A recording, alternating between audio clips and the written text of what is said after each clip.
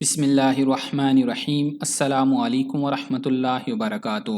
دوستو، آپ کے پاؤں گوشت، ہڈیوں اور جوڑوں کا ایک پیچیدہ جال ہیں۔ انسانی پاؤں اور ٹخنے میں 26 ہڈیاں اور 33 جوڑ ہوتے ہیں، جن میں ایڑی پاؤں کی سب سے بڑی ہڈی ہے۔ بہت سے لوگوں کو پاؤں میں مستقل درد یا کسی اور تکلیف کی شکایت رہتی ہے۔ پاؤں اور آس پاس کے ڈھانچے میں تکلیف ہونا انتہائی خطرناک ہو سکتا ہے، لیکن عام طور پر لوگ پاؤں کی تکلیف کو بالکل نظر انداز کر دیتے ہیں۔ انہیں اس تکلیف کی سنجیدگی کا اندازہ نہیں ہوتا۔ یہی وجہ ہے کہ آگے چل کر آہستہ آہستہ یہ تکلیف امراض کی شکل اختیار کر لیتی ہیں۔ دراز عمر افراد تو پاؤں کی تکلیف سے پریشان رہتے ہی ہیں، مگر اب نوجوان بھی پاؤں کی بیماریوں میں مبتلا ہو رہے ہیں۔ پاؤں جسم کا پورا وزن اٹھاتے ہیں، اس لیے پاؤں میں تکلیف کا ہونا دیگر بہت سے مسائل کو جنم دے سکتا ہے۔ اسی وجہ سے پاؤں کی تکلیف کے ابتدا میں ہی اس کی طرف توجہ دے کر علاج معالجے کو اپنانا چاہیے۔ تو آج کی اس ویڈیو میں ہم آپ کو پاؤں کی مختلف تکالیف، ان کی وجوہات اور ان کا علاج بتائیں گے، اور آخر میں پاؤں کی تکلیف دور کرنے کے لیے احادیث مبارکہ سے ثابت شدہ ایک دعا بھی بتائیں گے۔ تو آگے بڑھنے سے قبل آپ سے گزارش ہے کہ اس ویڈیو کو لائک کریں، اور اگر ابھی تک آپ ہمارے چینل اردو لیب کا حصہ نہیں بنے تو اردو لیب کو سبسکرائب کر کے گھنٹی کا بٹن ضرور دبا دیں۔ سب سے پہلے پاؤں کے درد کی وجوہات جان لیں۔ نمبر 1، ضرورت سے زیادہ چلنا۔ یہ پاؤں میں درد رہنے کی ایک اہم وجہ ہے۔ چہل قدمی یوں تو صحت کے لیے بہت اچھی ہوتی ہے، اور صحت بنانے کے لیے اسے روزانہ کرنے کا مشورہ بھی دیا جاتا ہے، لیکن آپ ورزش کرنے، جم جانے یا مشقت والے کام کرنے کے عادی نہیں ہیں، تو پاؤں کو حد سے زیادہ حرکت میں رکھنا آپ کو مشکل میں ڈال سکتا ہے۔ اس کے علاوہ زیادہ وزن لے کر چلنے سے بھی پاؤں میں درد ہو سکتا ہے۔ اس کا بہترین حل یہ ہے کہ آپ آہستہ آہستہ اپنے پاؤں کو مشقت کا عادی بنائیں۔ نمبر 2، پیر میں کوئی چوٹ لگ جانا۔ بعض اوقات پاؤں پر کسی چیز سے ٹھوکر لگ جاتی ہے، جسے ہم اس وقت تو نظر انداز کر دیتے ہیں، لیکن بعد میں اس کی وجہ سے پورے پیر میں ہی درد ہونے لگتا ہے۔ ایسی صورت میں دوائیوں سے بے شک اجتناب کریں، لیکن پاؤں کی ٹکور ضرور کر لیا کریں تاکہ بعد میں زیادہ تکلیف سے بچا جا سکے۔ نمبر 3، بھاگنا اور کودنا۔ بچوں کے پاؤں میں درد کی ایک بڑی وجہ ہوتی ہے زیادہ زور سے کودنا۔ کودنے سے پاؤں پر زور پڑتا ہے اور وہ دکھنے لگتے ہیں، البتہ ایسا بہت کم ہوتا ہے۔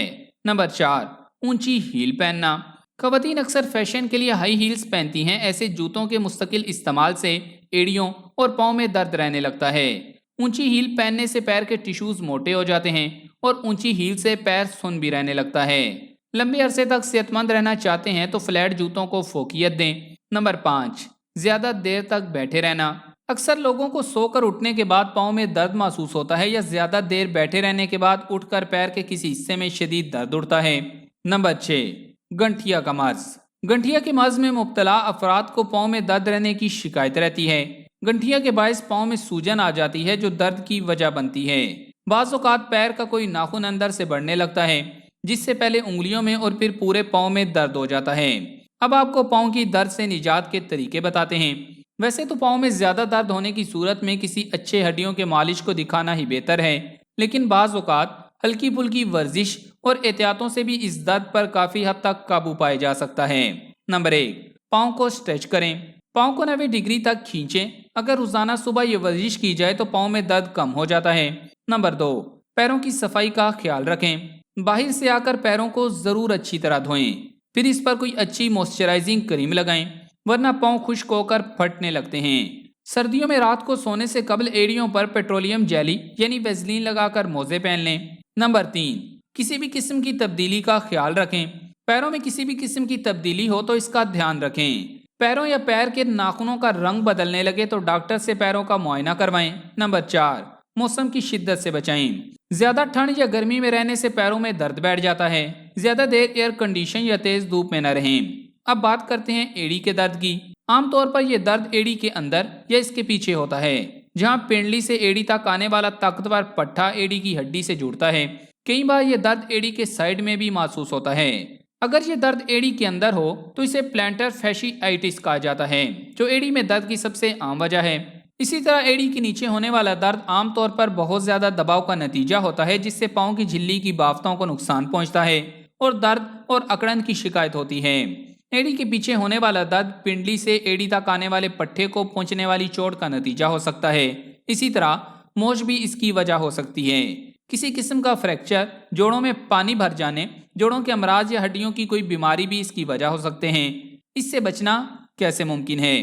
ویسے تو ایڑی میں درد کی مکمل روک تھام تو ممکن نہیں، مگر کچھ طریقوں سے آپ اسے کم کرنے کی کوشش کر سکتے ہیں، جو یہ ہیں: مناسب فٹنگ والے جوتوں کا استعمال جو پاؤں کو سپورٹ فراہم کریں، جسمانی سرگرمی کے مطابق درست جوتوں کا انتخاب کریں، جتنا ہو سکے آرام کریں، روزانہ 2 بار 10 سے 15 منٹ کے لیے برف سے ٹکور کریں، ایڑی کو زمین پر رکھنے کی بجائے اوپر اٹھا کر رکھیں۔ اگر آپ کو اکثر ایڑی میں تکلیف ہوتی ہے اور ان طریقوں سے آرام نہیں آتا تو ڈاکٹر سے رجوع کر لینا چاہیے۔ پاؤں میں سوجن۔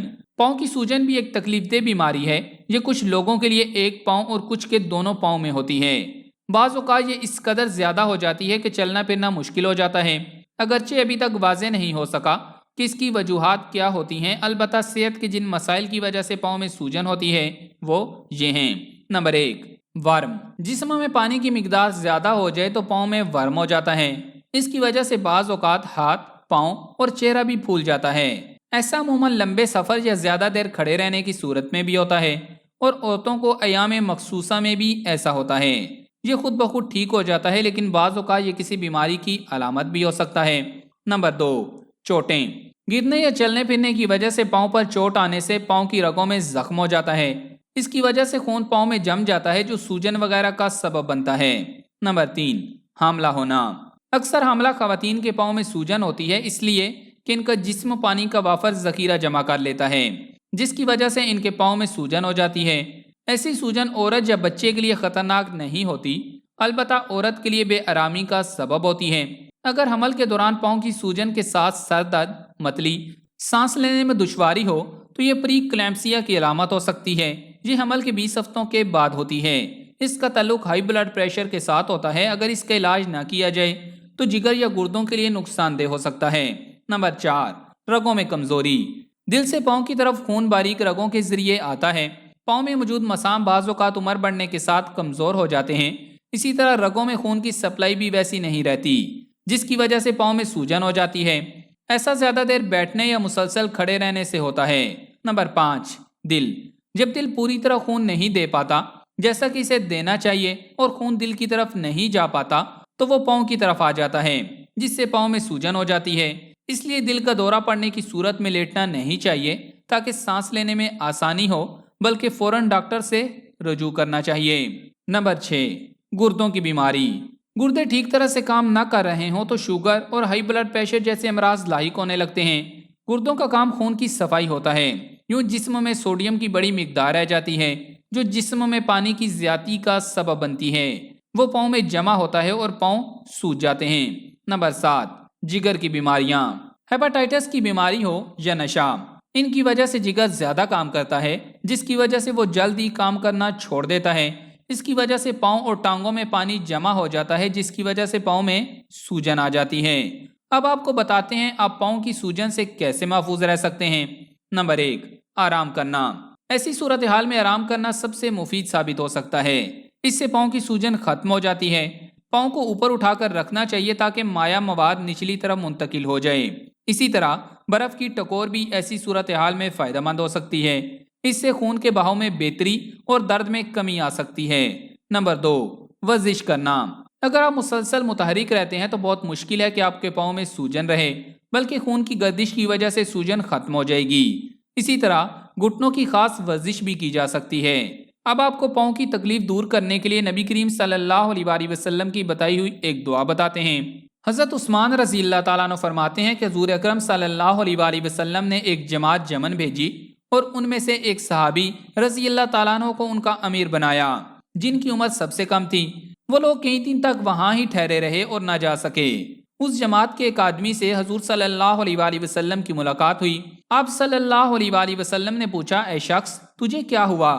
تم ابھی تک کیوں نہیں گئے؟ اس نے عرض کیا، یا رسول اللہ صلی اللہ علیہ وآلہ وسلم، ہمارے امیر کے پاؤں میں تکلیف ہے۔ چنانچہ آپ صلی اللہ علیہ وآلہ وسلم اس امیر کے پاس تشریف لے گئے اور بسم اللہ و باللہ اعوذ باللہ و قدرتہ من شر ما فیہا 7 مرتبہ پڑھ کر اس آدمی پر دم کیا تو وہ آدمی اسی وقت ٹھیک ہو گیا۔